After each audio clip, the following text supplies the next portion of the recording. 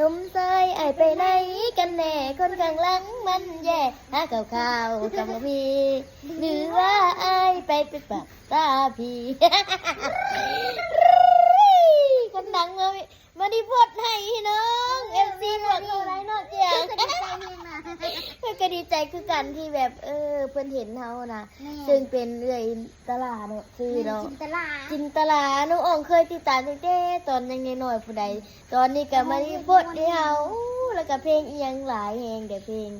อหย่างหลายๆเลยแหละพี่น้องเนาะทุกคนแบบโอ้ยไอดอลเลยได้ผู้ใดเป็นนั่น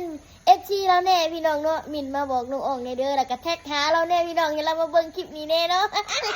ดีใจแห้งขอบใจหลายๆเด้อกว่าคลิปสิไปเห็นกับบ่แม่นง่ายเด้เนาะคนร้อยพันล้าน